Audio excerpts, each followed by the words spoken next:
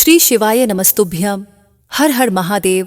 जय माता दी। दोस्तों, कैसे हैं आप सभी। आज हम पूज्य गुरुदेव द्वारा बताए गए अष्टमी और नवमी के विषय के बारे में बात करेंगे कि इस बार अष्टमी और नवमी को लेकर जो कन्फ्यूजन बना हुआ है, उसे कन्फ्यूजन को दूर करने वाले साथ ही इस दिन कौन से उपाय करने चाहिए जिससे माता रानी आपकी मनोकामना पूर्ण करे।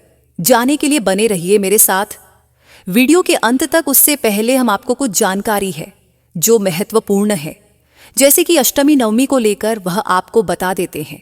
फिर उसके बाद बताएंगे पूजा का शुभ मुहूर्त और पूजा विधि, पूजा कैसे करनी है और कलश जौ का क्या करना है, और साथ ही साथ बताएंगे उपाय। इस साल जैसा कि आप सभी को पता है 3 अक्टूबर से शारदीय नवरात्रि की शुरुआत हुई थी, तो 11 अक्टूबर तक यह नवरात्रि चलने वाले हैं, यानी कि 11 अक्टूबर को समाप्त हो जाएंगे। तो महाअष्टमी 11 अक्टूबर को पड़ रही है। इस दिन का सबसे ज्यादा महत्व होता है, क्योंकि ऐसा कहा जाता है कि इस दिन साधक दुर्गा अष्टमी पर महागौरी की पूजा करके उनकी कृपा को प्राप्त कर इच्छाओं को पूर्ण करते हैं। इस साल 3 अक्टूबर 2024 को शारदीय नवरात्रि की शुरुआत होकर के 11 अक्टूबर को समाप्त होगी। तो ऐसे में सवाल आता है कि अष्टमी तिथि के दिन किस तरह से आपको पूजा करनी है। तो 11 अक्टूबर को ही नवरात्रि की अष्टमी है, जो भक्त दुर्गा अष्टमी पर मां गौरी की पूजा सच्चे भाव से करते हैं, उन्हें सुख और शांति की प्राप्ति होती है। तो इस दिन आपको पूजा करनी है। अश्वनी माह की शुक्ल पक्ष की अष्टमी तिथि 10 अक्टूबर को दोपहर 12:31 से प्रारंभ होगी, तो इसका समापन 11 अक्टूबर को 12:06 पर होगा। जन्माष्टमी की पूजा में आपको सुबह उठकर स्नान करके कपड़े धारण करने हैं और फिर माता का अभिषेक करके लाल कुमकुम का तिलक लगाए गुड़हल और कमल के फूलों की माला का जाप करें, लाल वस्त्र अर्पित करें, देवी को श्रृंगार की सामग्री जरूर चढ़ाएं और माता गौरी को 5 अलग अलग तरह की मिठाइयां, फल का भोग। अष्टमी की पूजा में जितने भी अनुष्ठान होते हैं उनका पालन करके उनके मित्रों का जाप करें और पूजा के दौरान हुई गलती का राष्ट्रीय जरूर करें। और उसके बाद नवरात्रि का पारण कन्या पूजन के बाद किया जाता है। अब हम जानेंगे अष्टमी की पूजा की विधि के बारे में। देखिए, अंत तक बने रहिए। अष्टमी कोई साधारण नहीं होती है। इसकी पूजा का जो विधान होता है ये बहुत ही महत्वपूर्ण होता है। इस दिन काफी ज्यादा मतभेद बना हुआ है कि किस दिन रखना चाहिए। तो सप्तमी युक्त अष्टमी का व्रत नहीं रखा जाता है। अगर हम अष्टमी का व्रत रखते हैं तो अष्टमी नवीन में दुविधा हो जाती है। तो हमें करना क्या है कि ऐसी दुर्गों से बचने के लिए पहले हमें अष्टमी की पूजा करनी है। कुछ जगह पर अष्टमी की पूजा अलग तरीके से होती है, चौकी लगाकर होती है।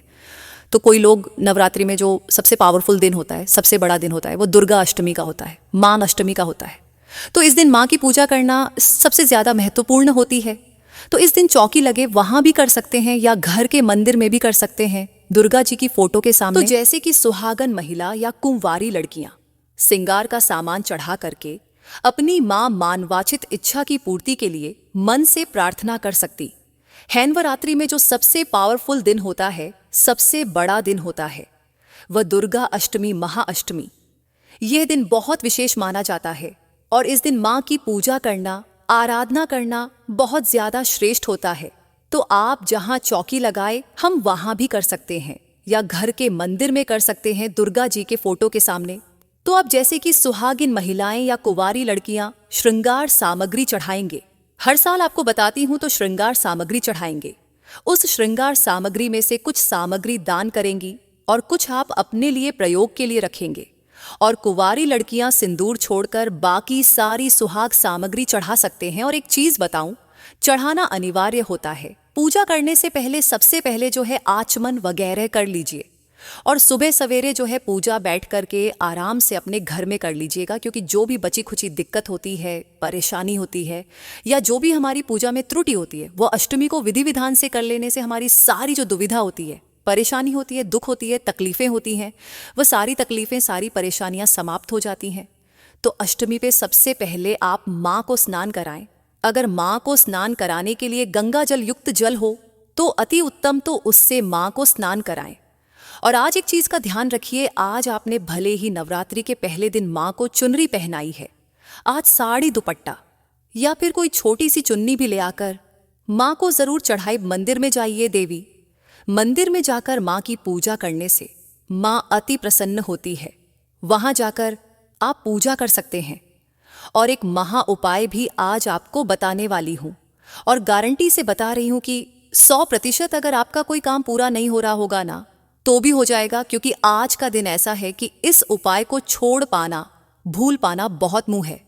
चलिए पहले पूजा बताती हूं आपको। करना ये होता है दोस्तों कि आप माँ के मंदिर में जाएं या घर में जाएं तो आप कुछ श्रृंगार सामग्रियां ले लीजिए और इसे माँ को चढ़ाए कि सुहागिनी स्त्री भी, कुंवारी लड़की भी सिंदूर को छोड़कर बाकी सुहाग सामग्री अष्टमी को जरूर चढ़ाती है।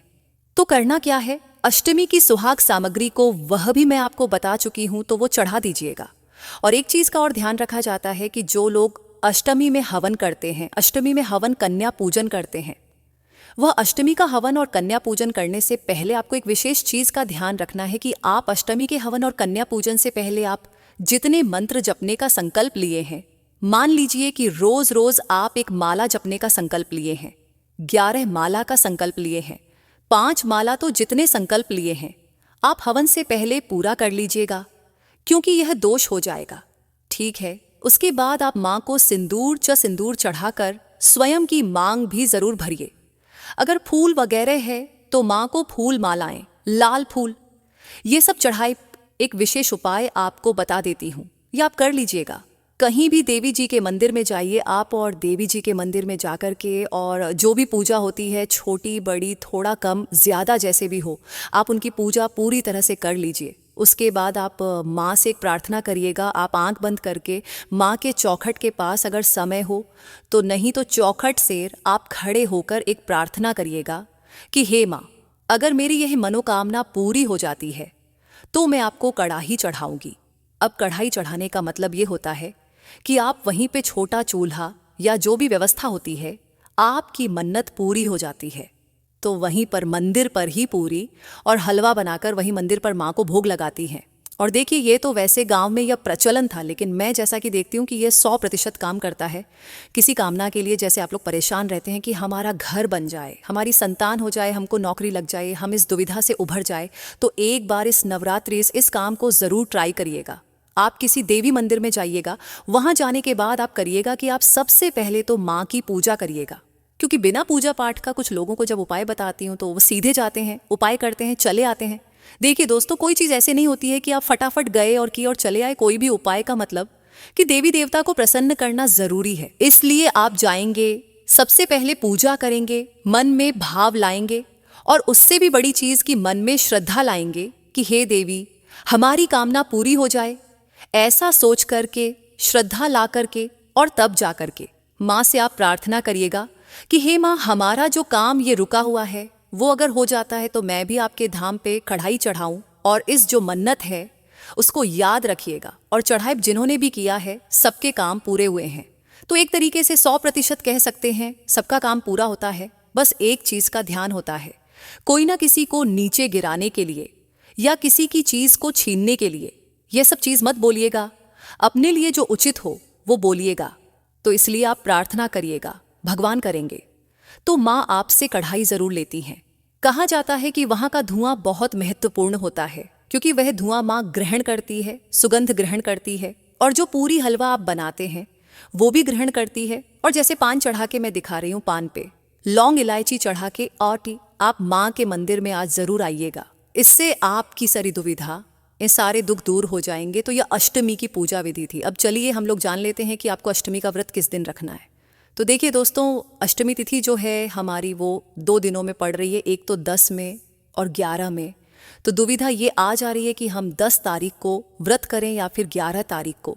तो देखिए, 10 तारीख को लगभग 12 बजे के करीब हमारी अष्टमी प्रारंभ हो रही है, 10 तारीख को, और 11 तारीख को लगभग वही टाइम है, 10 बजे 11 बजे अष्टमी तिथि खत्म हो रही है और नौमी लग रही है। तो ऐसे में जो नवरात्रि का व्रत होता है वो मैन रात्रियों से गिना जाता है।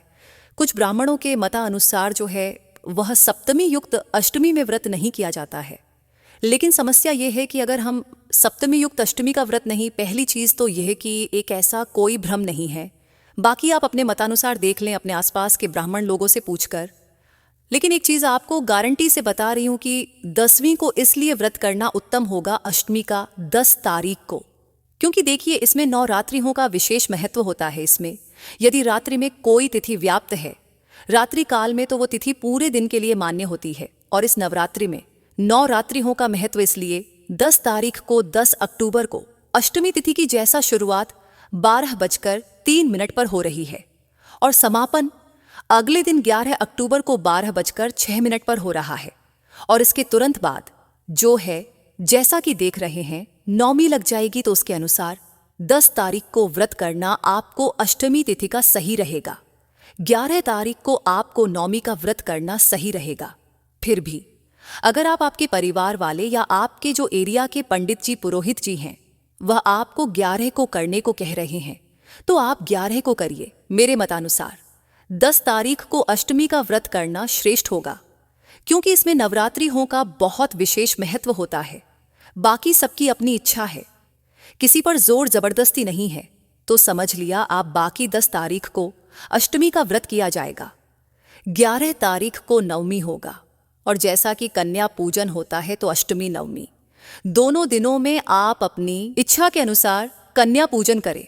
आप चाहे तो अष्टमी में कन्या पूजन करें, आप चाहे तो नवमी में कन्या पूजन करें। लेकिन कन्या पूजन करने से पहले आपको छोटा सा हवन करना अनिवार्य है। तो छोटा सा हवन कर लीजिएगा, कन्या पूजन कर लीजिएगा, और तब जाकर के जो लोग व्रतधारी होंगे। अब कुछ लोगों का प्रश्न आ रहा है कि जो लोग 9 दिनों का व्रत है वो 12 तारीख को कैसे पारण करेंगे। तो देखिए दोस्तों, नवरात्रियां हमारी पूरी हो चुकी हैं और लगभग 10 बजे के बाद, 11 बजे के बाद आप भोजन करके 12 तारीख को आप अपना पारण कर सकते हैं। किसी भी तरह की दुविधा नहीं है। हर स्थिति में पारण दवी में होता है। नवरात्रियां भी हमने कंप्लीट कर ली, तो किसी भी तरह दुविधा नहीं है। वीडियो पसंद आए तो लाइक करिएगा। चैनल को आपने सब्सक्राइब नहीं किया तो जरूर कर लीजिएगा। अब अगर इस तरह की कोई आपको जुड़ी हुई समस्या है तो आप कमेंट में लिखिए, उसके लिए भी पूरी कोशिश की जाएगी वीडियो तैयार करने की। और यही सारी बातें थी। 10 तारीख को अष्टमी का व्रत करना है, 11 को नौवीं तिथि रहेगी और 12 तारीख को नवरात्रि व्रत के 9 दिनों को करने वाले पारण करेंगे। तो इसमें विशेष रात्रि का महत्व होता है। बाकी आप अपनी इच्छा अनुसार देख ले। मेरे मतानुसार जो चीजें थी वह मैंने आपको बताया। और हाँ, और भी बहुत सारी जानकारियां नवमी से जुड़ी हुई हैं, अष्टमी से जुड़ी। जितना हो सका, संभव था, मैंने इस वीडियो में आपको बताया। अब चलिए मैं मिलती हूं आपसे किसी अन्य वीडियो में। अपना ध्यान देते रहिएगा। माता रानी का पूजन जैसे हो सका वैसे करते रहे। चलिए अब मैं मिलती हूं आपसे अन्य वीडियो में। धन्यवाद। हर हर महादेव।